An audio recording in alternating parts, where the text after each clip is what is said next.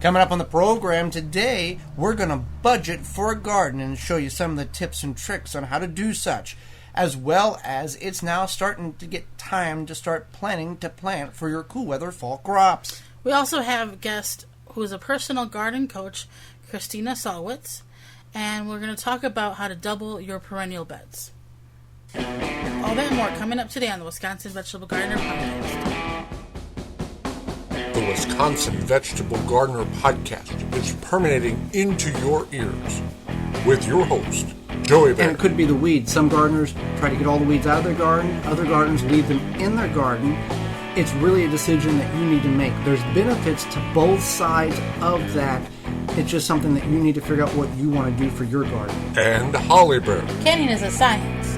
When you're canning, you want to make sure you follow the directions, follow the recipe, don't cut corners, don't replace things. It's crucial to you, your health, and your family. They're professional gardeners with full-time jobs, and they're on the air now. Greetings and welcome to another episode of the Wisconsin Vegetable Gardener Podcast. We are very happy you decided to tune in this week for another jam-packed episode of organic gardening, food preserving, and a little prepping. I am your host, Joey Baird. Beside me is my wife, garden partner, best friend, and co-host, Holly Baird. Behind the TWVG microphone here at the WI Garden Media Studios in southeast Wisconsin, the information that you're going to hear is vital to the importance and the success of your garden, no matter the growing area or the growing zone you live in. If you're tuning in, you probably already know who we are, but if you don't, we'll briefly tell you who we are, and then we'll get into how to budget for a garden. We create several weekly videos on home gardening, organic gardening, what to do with the food you grow, canning, preserving, and even some simple home living. We also create a quarterly digital magazine, which you can find on our website at thewisconsinvegetablegardener.com. And it's free for you to download or print out or whatever you want to do, or put it on your e-reader. We also produced this podcast, and for all previous podcasts, you can go to the website and click on the podcast tab, and you can scroll through and find the podcasts that may be most applicable to your growing conditions currently. So we're going to talk about how to budget for a garden. Now, we're going to go into this knowing that every situation is different, every growing area is different, and based on your climate can be different, and on how to budget for a garden.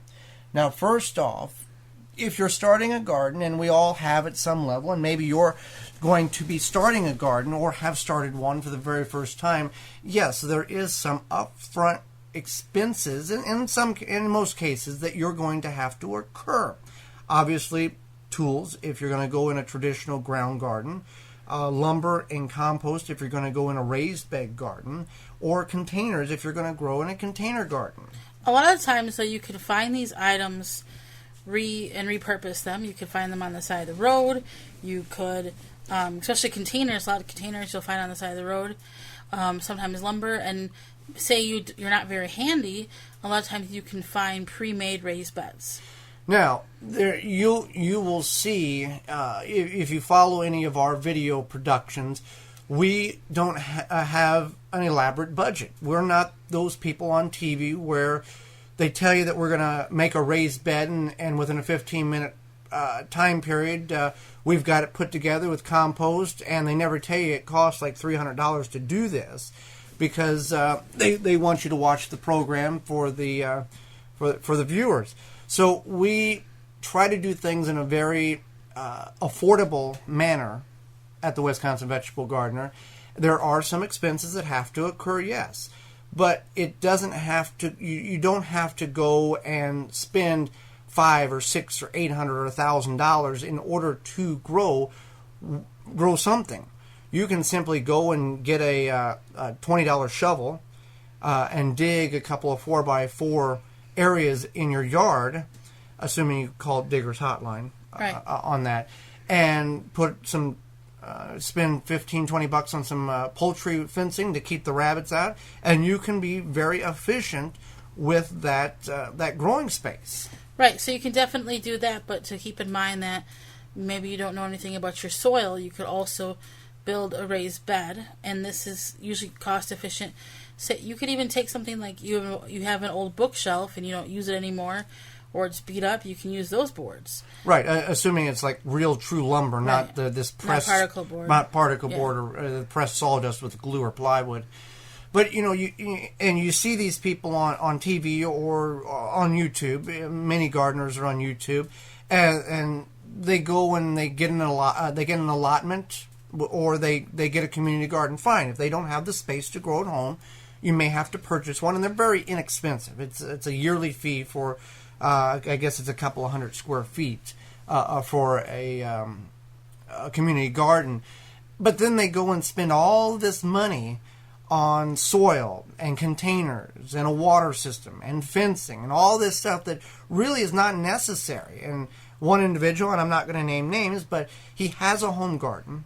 Then he acquired a community garden, and he said he spent almost $200 on this community garden for containers and soil and accessories. And he said he's got 2 kids in college, and he just can't spend the money that he wants to spend on it. Well, you don't have to spend a whole lot of money to begin with on it.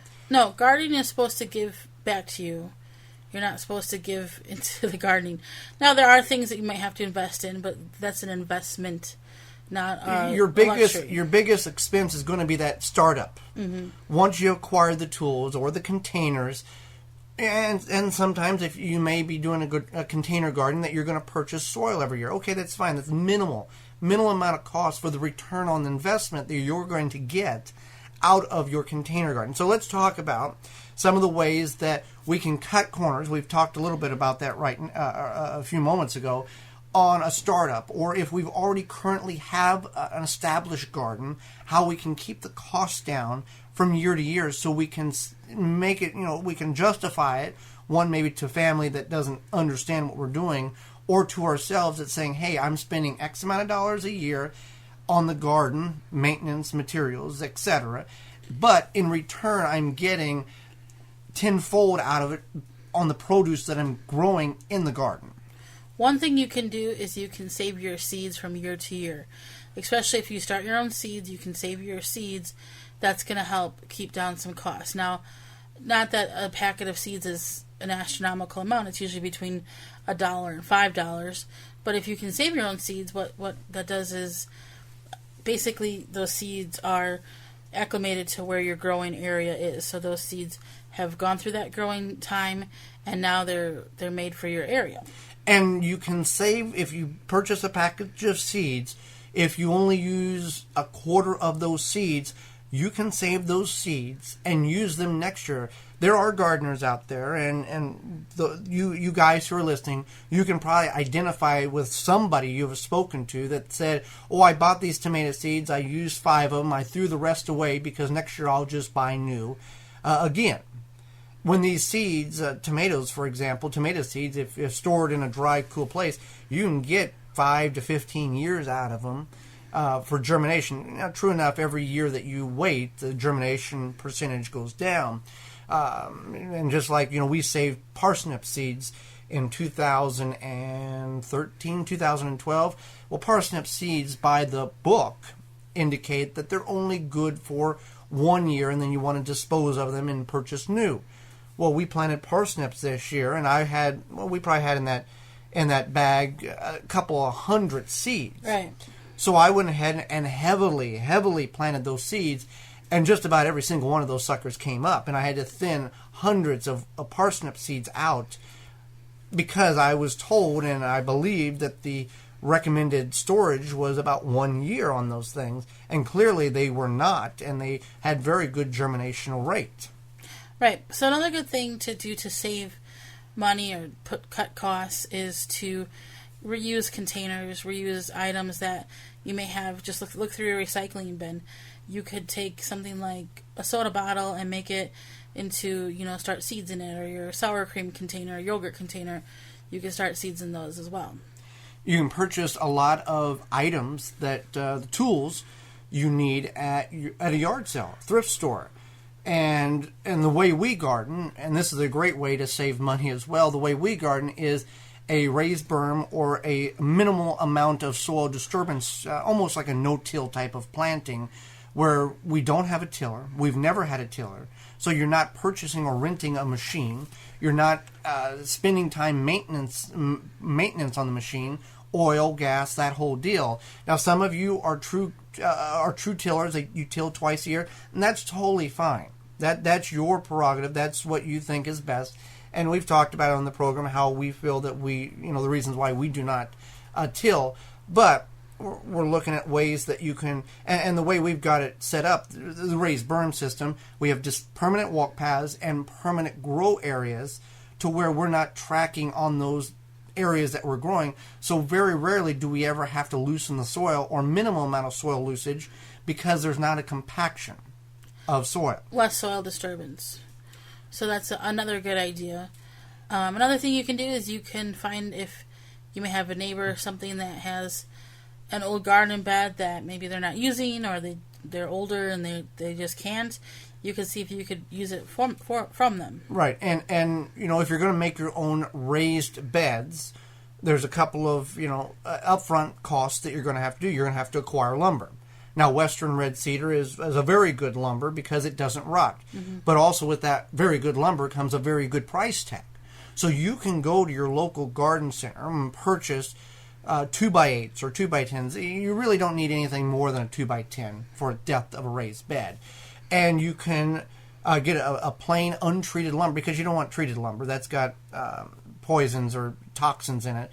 You want just a plain pine lumber, and you could get UV Pro coatings, Timber Pro coatings, timberprocoatings.com.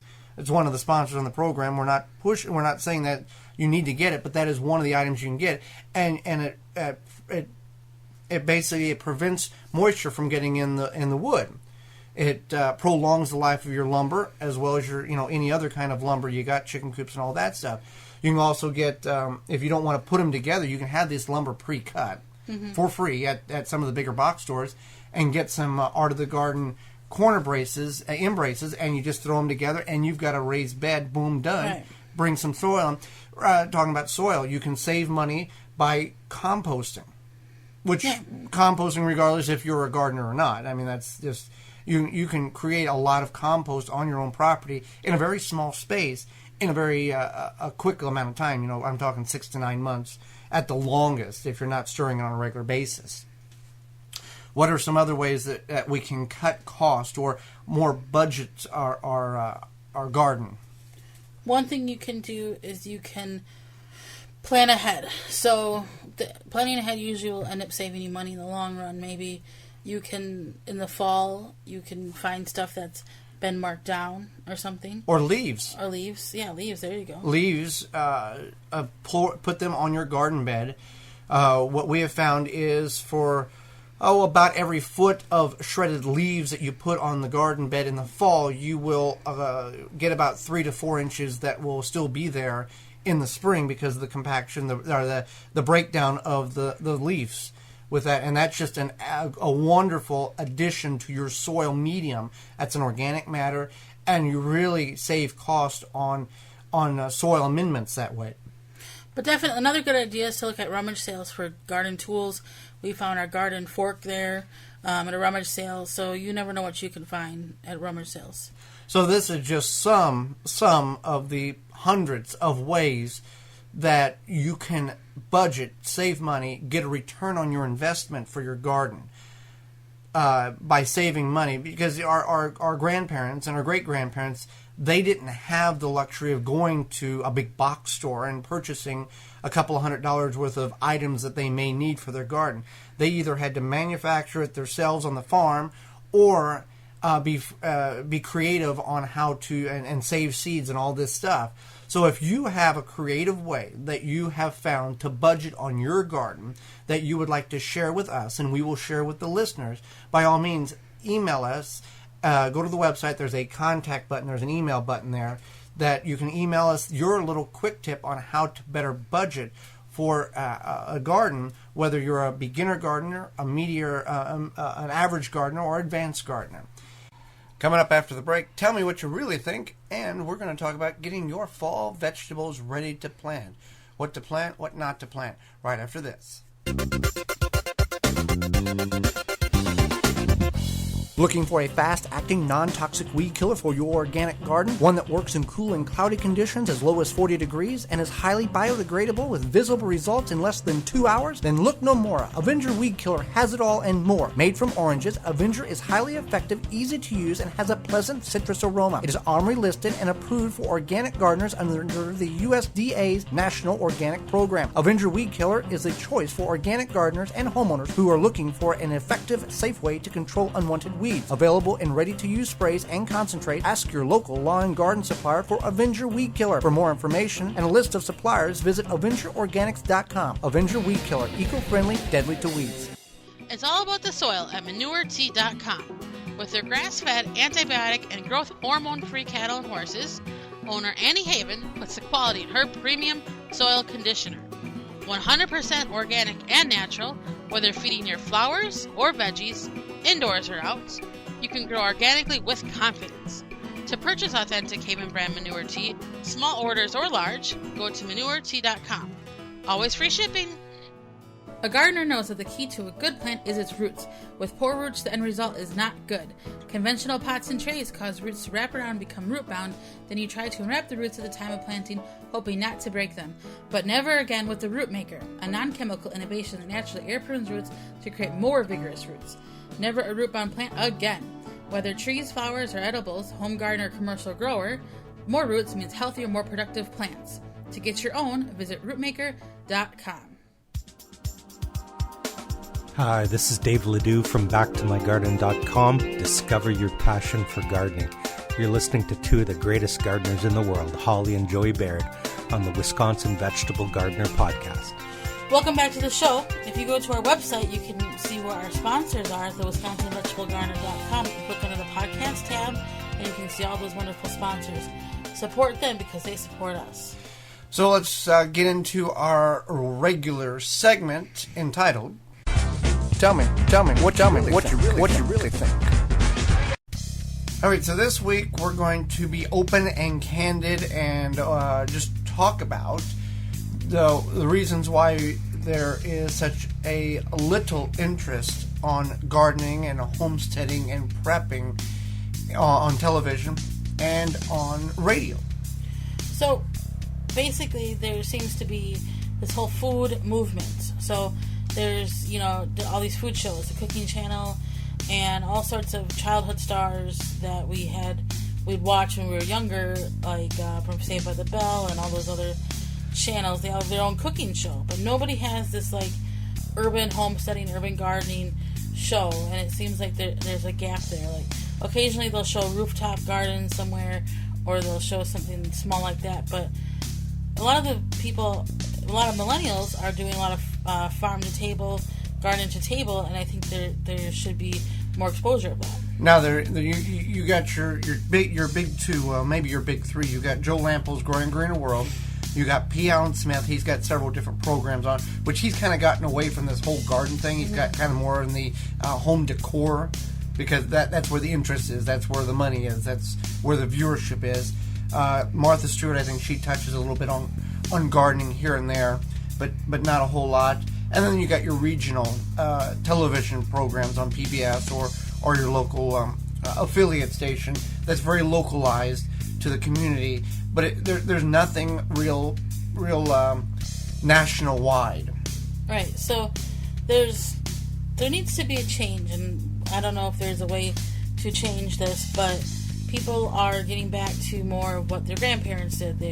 They're growing their own food. They're giving their kids cloth diapers. They're looking for holistic ways to cure things or to remedy things. So I don't see why we don't have more of a movement where the national media shows that people are doing this. Well, and radio, terrestrial radio, the AM, the FM stations, that you have your local regional gardening programs on there. But a lot of them, and we're not going to name names, but there's been a handful of our friends who's in the industry who no longer has a job in that field because they've gotten cut because the interest was not there. Over the last 12, 18 months, there's been a number of people who had gardening programs who no longer have them because their network or their station said there's not really an interest, so we're no longer going to carry your show. So where does the problem fall? Is it because of things like Netflix and Hulu and on demand that nobody wants to watch this, or is it because it's not exposed? There's more organic gardening on the Food Network and the Food Channel than there is actually. Well, there's nothing on what is it, HGTV? Mm-hmm. There's no gardening at all on that, and that's the Home and Garden Television Network. It's all about fixing your backyard up, putting a pool in, redecorating the house. There's nothing. Which house do you want to pick to buy? Yeah, there's nothing to go anything with gardening or food production or urban farming. And another example of this lack of interest, we reached out to a local radio station here in Milwaukee, had a couple of email conversations with about having a program just like you're listening to now, this kind of format, and they said, "Oh, we can have a, you guys can have a show, but you can't have the show the way you want it. You'll bring a guest in. The guest will pay the station for the time that they're on your show talking about their product." So we said, "Well, why couldn't we have a show like what you're listening to right now?" The response was, the station has noticed, even with syndicated gardening programs, that there's not an interest in them. So even if you brought the sponsorship dollars that was needed to pay for the hour of radio, we as a station wouldn't run it because we know that people wouldn't listen to it. Right. So that's a situation. So you have to think about this. Do people want to learn this way, or are they becoming more self-sufficient and find the information they want on YouTube? Is there a need for something like this on network TV or national TV? We've gone as crazy as reaching out to Sirius XM satellite radio, which you can't get a hold of anybody there. The only person we ever got a hold of was the Facebook administrator, and whether it was a guy or girl, I don't know who it was. They simply said, "We cannot give you the information you're requesting because that's not something we do." So I don't understand that. But you spoke about it there. The future is the podcast, like this program. The future is YouTube videos, like what we do on our website. The instantaneous information at a moment's notice. You're in the garden. We've done it before. We've got a question about planting a plant, fennel, or potatoes or something. We can instantly go to our mobile device, search it, find multiple resources, find reliable resources, and then are able to share that information with you as a listener and the viewers on our videos. Right. So maybe that's why we're in an instantaneous society where maybe people don't want to wait till Saturday morning to get gardening information, and they just want it at the palm of their hands. Well, that's about it on that topic. You ready to close the door on this one? Yes. So let's talk about something a little more exciting or positive, as being, let's get ready to start planning to plant for the fall. Now, based on your region, this will determine what you are able to plant. If you are in the south, you're obviously going to be able to get it's pretty much south versus and north. It's really a basis on when your last frost date is and how cold your winters are. Here in the north, your average last frost date, you're looking at somewhere in October, maybe November. Somewhere in there. So you want to back your dates off on fall on late summer planting.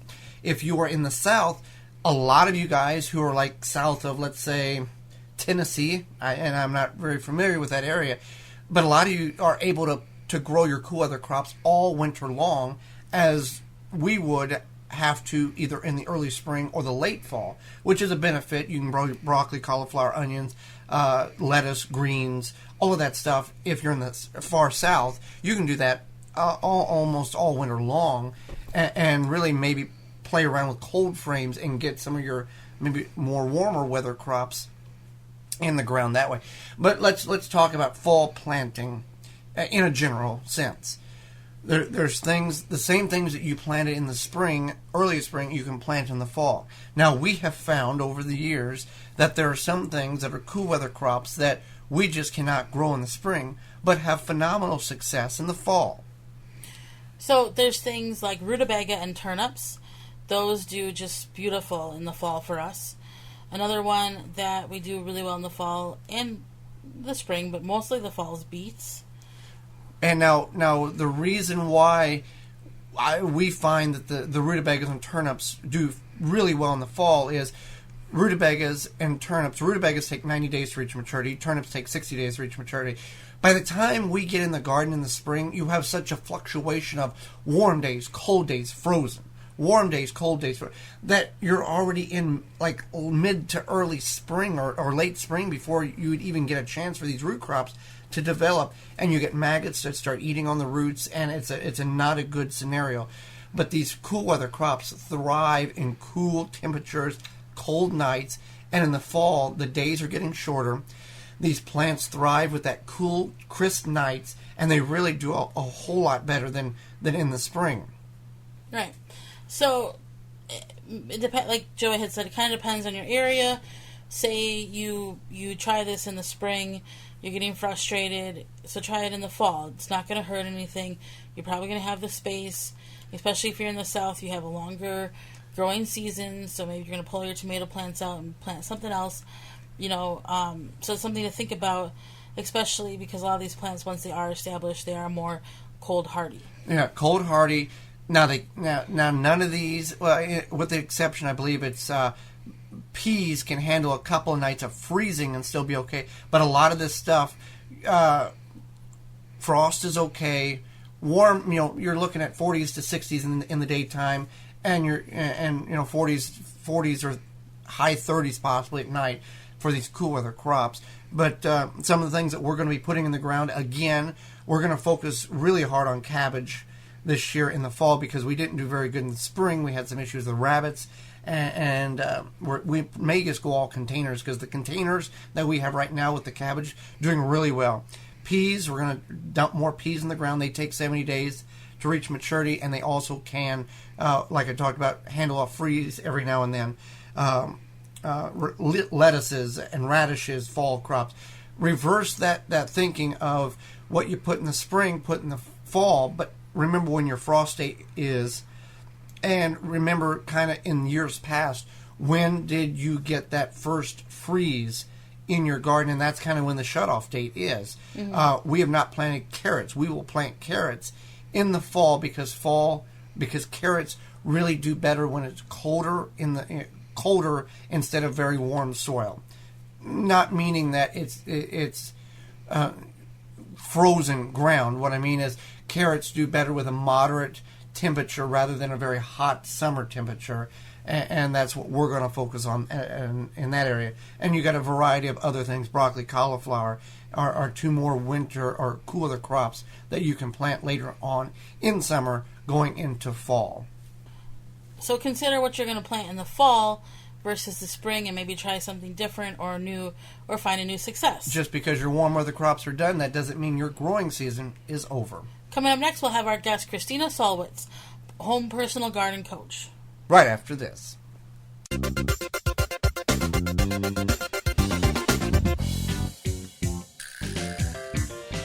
Oh yeah, what you say? You say Nasala Kombucha. It'll put some glide in your stride and some pep in your step. Nasala Kombucha. Yeah. Nasala Kombucha makes your body happy. Nasala Kombucha makes your body smile.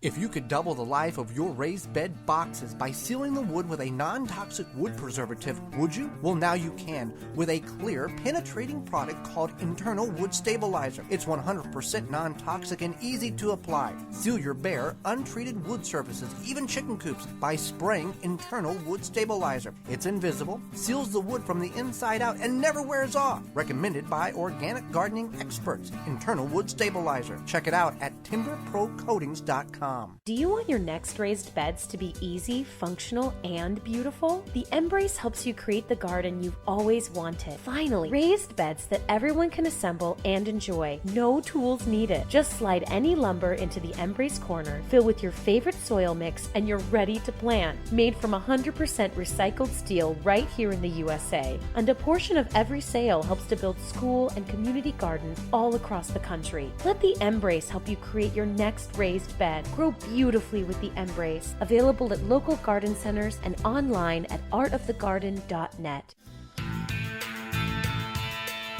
Hey, this is Craig. And this is Larry. From the Urban Farm and Garden Show. And when I'm not in the barn shoveling, And I'm not out in the garden digging up carrots. we're listening to Joey and Holly Baird from the Wisconsin Vegetable Gardener. Welcome back to the program. If you want to find more information out about our sponsors, please visit our website at thewisconsinvegetablegardener.com and click on the podcast tab in the upper portion of our website. Well, let's head out to Washington, the Pacific Northwest, to talk to a gardening coach.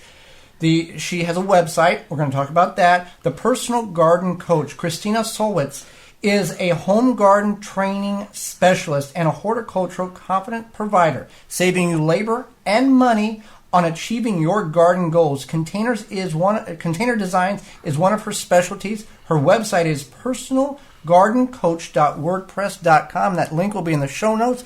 Welcome to the program, Christine. Thank you so much for having me. I'm honored to be here. Well, we appreciate you taking time out of your busy day to join us on the program. Now, you're a garden coach. There's many different occupations that one can have in the gardening world. What drove you to being a garden coach?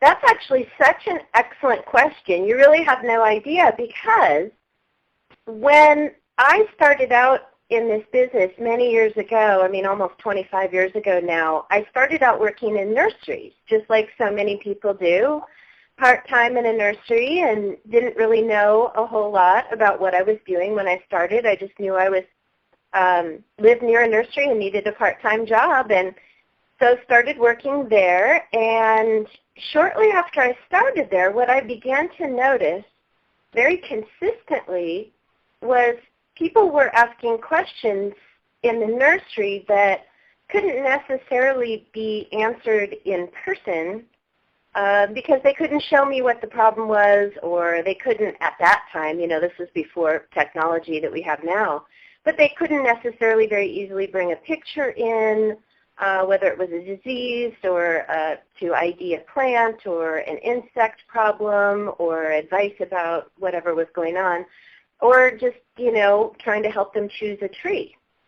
And so as I started kind of taking note of this over and over, I also started noticing that there was a lot of people investing a large amount of money in their landscape and not really fully getting either the benefit of that investment or that they didn't know how to maintain that investment. And so I was looking at it from a really practical standpoint of how I could help people save money, time, and labor by essentially not making expensive mistakes. And the key moment when I really knew that this is what I needed to do was when the first customer in the nursery brought me their architectural plans that they had spent a lot of money on with a landscape architect. And they had no way of really interpreting this plan that they had received and spent, $5,000 on. And some people are spending these days upwards of $8,000 on landscape plans.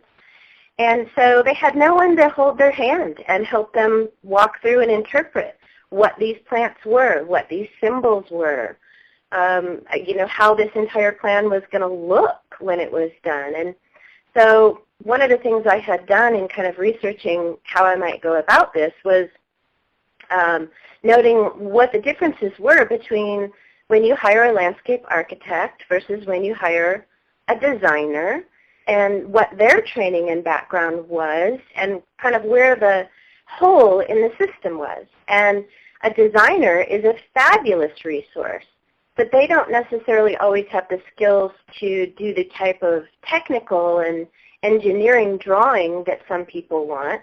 And then vice versa. Some people want a technical drawing, but they don't necessarily have the skills to interpret it or have the follow-through from the architect who might not also have very much horticultural training, and it varies from place to place how much horticultural training is even required by landscape architects these days. So basically what happened was I sort of found at the same time a lady named Susan Harris in the Washington, D.C. area, who is one of the country's first garden coaches. And I sort of stumbled onto her via the internet and got to know her. And then at that time, garden coaching sort of exploded as an option for a profession. And now there's the Garden Coach Directory where you can look up garden coaches across the country in your state or your region. But that's how it started. I just wanted to fill that niche and be able to help people save labor, time, and money.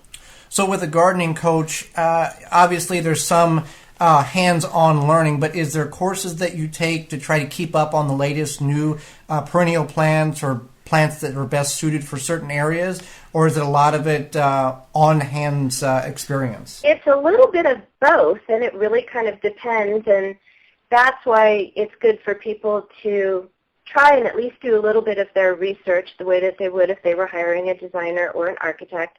There's no curriculum for becoming a garden coach. I happen to be a horticulturist and a designer, and I've been doing this and working in nurseries for the last almost 25 years, and so I have tons of hands-on experience too, versus somebody who might not have ever been at the end of an 18-wheeler unloading plants and taking care of them for the year round to see what they do and how they behave. So each individual garden coach definitely is going to have their specialty. So for example, I have a good friend who is a garden coach, and we will oftentimes share clients back and forth with each other and referrals depending on the area and the specialty. But she specializes in helping people with edible plants, which is definitely not my specialty, even though I have some experience in it. She's much, much, much better at it than I am. So whereas I do a lot more ornamental coaching and landscape and containers, she has her specialty in edibles. And so I'd say it just kind of depends on the coach. Now, what is, you go to a client's house, what is one of the most commonly asked questions that maybe our listeners are thinking about when they're putting in perennial landscape? What is something that is asked more often than not? I would say the number one thing that most people are looking for is a maintenance plan. Because most of the time, they're going to say either I want a low-maintenance garden, or they'll try and tell me they want a no-maintenance garden, which, as we all know, doesn't really exist. But they're really using most of their labor, time, and money in the wrong way that's actually costing them labor, time, and money because of bad maintenance practices. So I'm teaching them either how to hire out appropriate maintenance or what to be having their maintenance people do. I'm teaching them how to do maintenance themselves and save money by not having outside maintenance company. I'm teaching them that not everything needs to be touched in the landscape every single year, every single season. So it's 95% of the time it's almost always about maintenance. And then the second thing would be often design issues or right plant, right place issues. Is there ever a time that you go and with a client and they have an idea for their garden and they're really set on it, where you have to kind of talk them out of it or gently nudge them a different direction? Yeah, that happens actually a lot. And what's interesting about being a garden coach is that I lovingly and jokingly tell a lot of people I'll have couples therapy at the same time, where you have a husband and a wife who have very different ideas and very different goals about what they want in their joint landscape. And they might not have even discussed that before it's come up when I get there.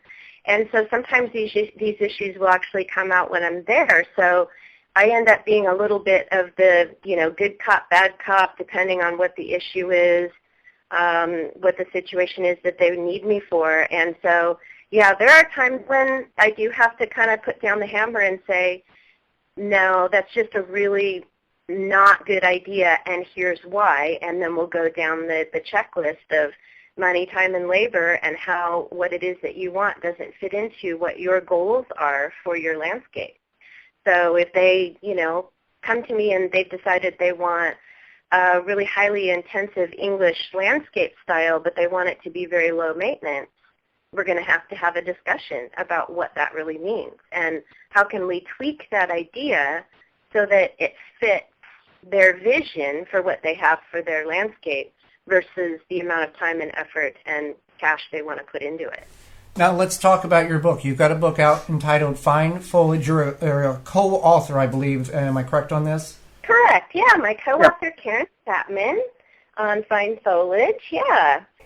Let's talk about what's in that book and where people can find that book for those who are interested in more of a permanent landscape around your property. Right. So Fine Foliage is a wonderful little hardcover book that is published by St. Lynn's Press. It came out in 2013, and it's just a little jewel of a book. We're so proud of it. We won a silver medal and a gold medal from the Garden Writers Association last year, so we were absolutely thrilled beside ourselves that we got such great feedback from the garden writing community on our little book and that it's selling really well. So the book is a very, very easy book to use. We tried to make it primarily very photo heavy. That was one of our big goals, was to make it a visual feast so that you could really kind of, we modeled it actually, I'm actually looking at a book that we modeled it after. If you've ever seen Thomas Hobbes' books, they are just the most spectacularly beautiful books, and certainly our book could never quite compete with Thomas Hobbes, but it's beautiful nonetheless. We wanted to make it so that it's one of those things that in January, when you're up to your eyeballs in snow, or here in our area, rain, that you'd climb with it in bed and dream and read a little bit about plants that you might envision planting in your landscape. But the idea of the book, Fine Foliage, is that it's an idea book. It's a book for you to get a springboard of how you can take these combinations that we've photographed and apply them to your own area.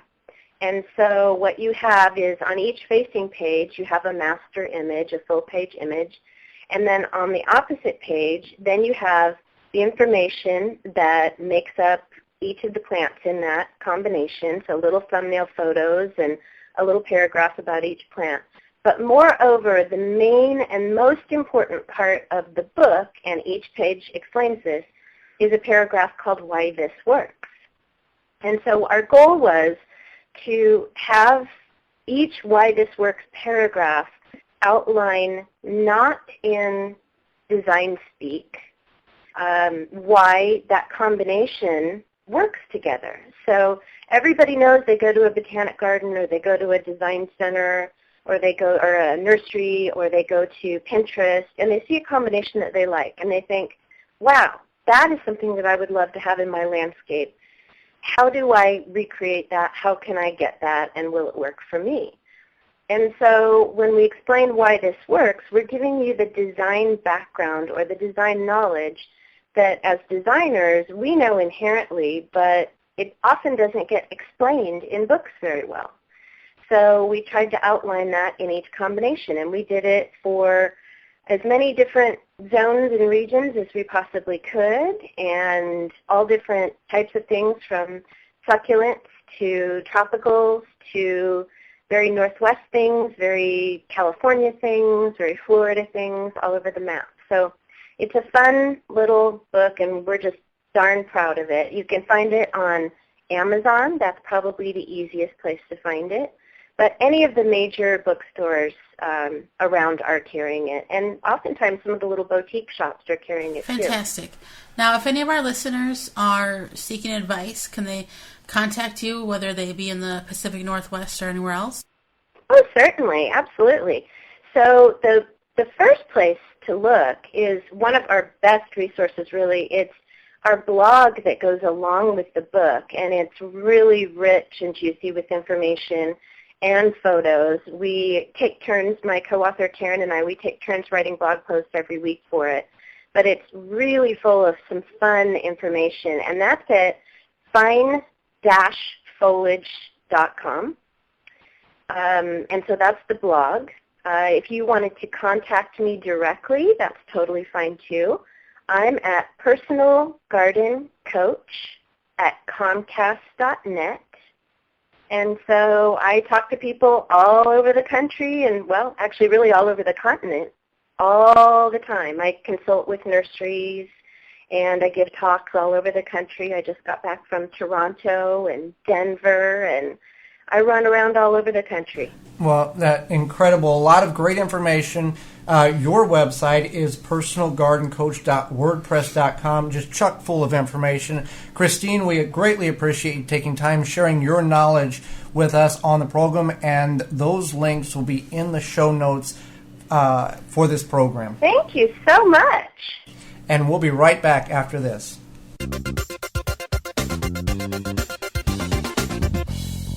Paradigm Gardens, Wisconsin's largest progressive gardening center.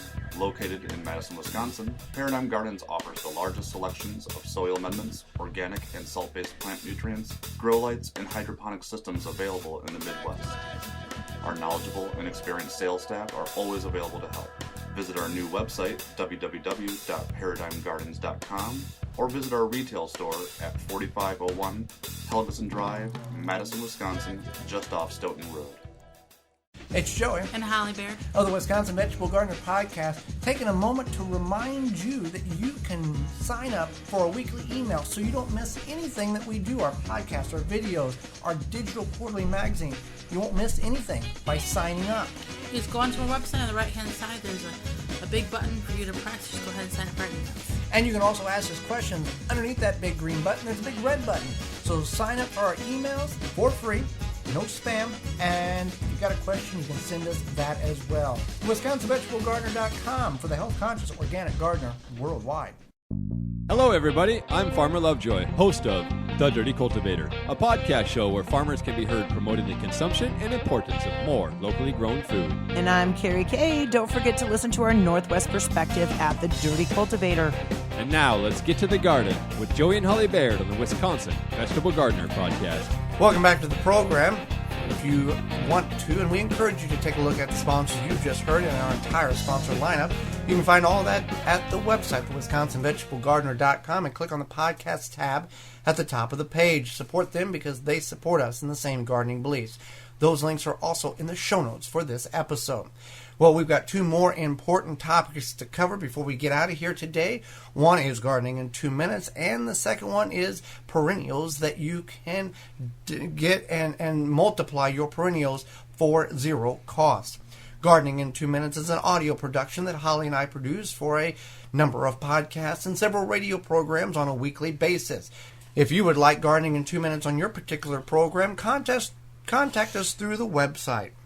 This Gardening in 2 minutes is all about getting a second planting for your garden for many of your plants. This Gardening in 2 minutes is sponsored by SueCompost.com, distributing certified leaf compost in the upper portions of the Midwest of the United States.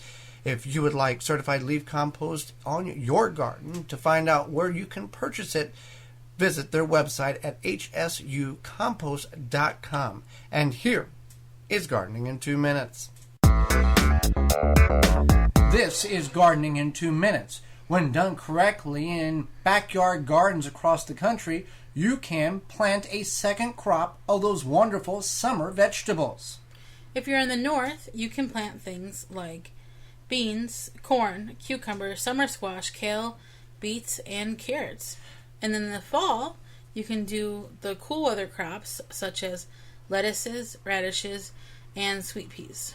Those in the south can potentially plant second croppings of those same vegetables, but due to the excessive heat, there is typically a break in the summer in some portions. In late June, early July, for example, Texas is replanting a new crop of tomatoes because they have adequate time to reach maturity. Tomatoes do not do well when temperatures exceed 90 plus degrees, and in the south, a lot of times during the peak of the summer, you're in triple-digit temperatures. In the South, during the winter months, you can plant your cool weather crops as the northern gardeners do in early spring and late fall. The key to either one of these is in the summer vegetable planting, you want to have adequate time for these plants to reach maturity. It's also best to make sure you're planting the right variety of these plants. So do your research and figure out what would work best for your area. To find your last average frost date for your summer vegetables, you can visit your local university extension website or just search with your favorite search engine, and this will give you an idea of when your frost is coming. These are just a small listing of the many varieties and types of vegetables that you could potentially plant again if space is available in your backyard garden. If you're interested in planting additional croppage, do your research and find out if you have adequate time to do such. For more information on second plantings of vegetables, our free downloadable digital quarterly magazine, as well as our weekly video productions, you can find all that information at thewisconsinvegetablegardener.com. For Gardening in 2 Minutes, I'm Joey Baird. And I'm Holly Baird. So not everything is a one-shot wonder. You can get a lot of these crops a second harvest or a second planting if you plan out the dates just right. Well, let's talk about planting what we can double in our garden for free. Expanding our garden for free by perennials. Perennials are plants that will come back year after year at no effort whatsoever to you, the gardener, which in some cases, like a food forest type of environment, is a great thing. Perennials are necessary to a permaculture idea because they are permanent to your garden or your whatever your home, your landscape, and they're going to come back year after year with, like Joey had said, minimal assistance, minimal need, and even sometimes with nothing at all needed. They're also good if you're more or less not necessarily a lazy gardener, but somebody who wants something that you can put in the ground once and it's going to keep coming back year after year for you. Well, let's talk about a couple of these that you may or may not be familiar with. One is Jerusalem artichokes, known as the sunchoke. Known as, I guess, it's a relation to the potato and the sunflower. So the Jerusalem artichoke is a perennial. What it does is it's a tuber. So you eat the tuber, you don't eat the flower, you don't eat the stalk, you eat the tuber itself. You put it in the ground when you have the tubers in the spring, and then it's going to come in the fall. You'll know it's ready because the tops of the flowers kind of start to die off. The stalks get brown. Right, and you, even if you think you've dug them all up, the tubers, you will have left some. And we planted ours, 4 years ago, and there's still a portion of the patch that we've never ever got to because they just keep coming back, and we just can't eat them all, which is not necessarily a bad thing. And there are some wild varieties available too. But that's one tip here. If you're going to plant them in your garden, you're never going to plant anything else in that location again. So be mindful of that. Another one is strawberries. This may be something that many gardeners may not be familiar with. You can take the runners from the strawberries and replant those once the roots are established. Right, so you can transfer those runners or whatever. Daughter plants. And strawberries are good because most people enjoy them, and since they come back year after year, it's a good permanent addition to your garden. Now, if you want any sort of strawberries that are useful for long-term food storage, you may need a lot of plants. Otherwise, you're not going to have a lot of extra because they don't seem to get away from the garden too fast. Now, the daughter plants, that's the stringy plant that comes off that main hub, that main mother plant. And a daughter plant can have 2 or 3 little plants to it. And you want to make sure you get those established in soil, make sure that roots get established first. We've done it a couple of years, had a success rate of about 75%. And you can also, and we've never practiced this, and we may do this year, you can take that mother plant and split it, and then you have 2 mother plants. So I don't know how successful that will be for us, but we do have a number of strawberry plants that we can experiment with on that. So that's something else. So when you have garlic and onion chives, you can go ahead, if you say you have them in an area from before or you forgot about them, you can go ahead, divide them up, and replant them in different areas for continual growth. And you can just pull them apart and move them around. Now, this is also good if you have a lot of problems with carrot flies. You put them around, and Europeans do this a lot, and maybe some Americans, but I see this more on European gardens, where they'll make a border with the garlic chives or the onion chives to confuse the carrot fly, and then that's one way to divide your perennials. Another one is blueberries, blackberries. I think it's both of those, and possibly raspberries. We've not done this, but we've seen videos of where they take the stem, put it in a container of soil, bury it 6 inches deep, and then wait 6-12 months. That stem has produced roots, and then they cut it away from the mother plant, and then you've got your own blueberry, blackberry, raspberry plant. I don't know if that's true on all three, but I have seen it done successfully on I believe it was blackberry. So that's something that you might want to look into, expanding your berry patch there. And what are some other perennials? Yacons. We're growing yacons.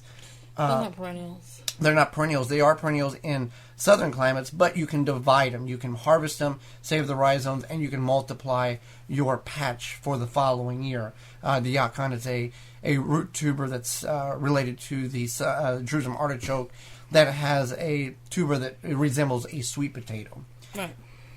What else you got?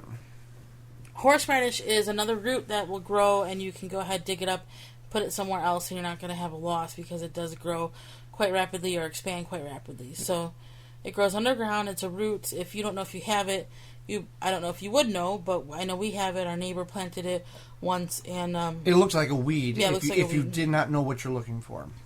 Yeah, so that's something to keep in mind is the horseradish, especially if you want to use it for different recipes or whatever. Well, we thank you for joining us on the program this week. Do share this with your friends and gardening fellows and family. We love to share our information and get our information out for more people to be more successful at gardening. So if you have any questions, feel free to contact us at the website at the WisconsinVegetableGardener.com. There's a contact button on the right-hand side of the page. You can also sign up for our weekly emails. You get everything that we do in one email each week. Audio you've heard on the program is courtesy of freesfx.co.uk and Audio Neutronics, two free, royalty-free, and copyright-free music sites that we use to help liven up the podcast. Another audio segment is done by themselves by Nas Ala Kombucha and Paradigm Gardens. They have done their own audio segments.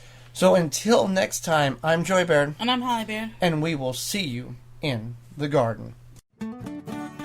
The Wisconsin Vegetable Gardener podcast is a production of the WisconsinVegetableGardener.com for the health-conscious organic gardener worldwide, and distributed in association with WI Garden Media.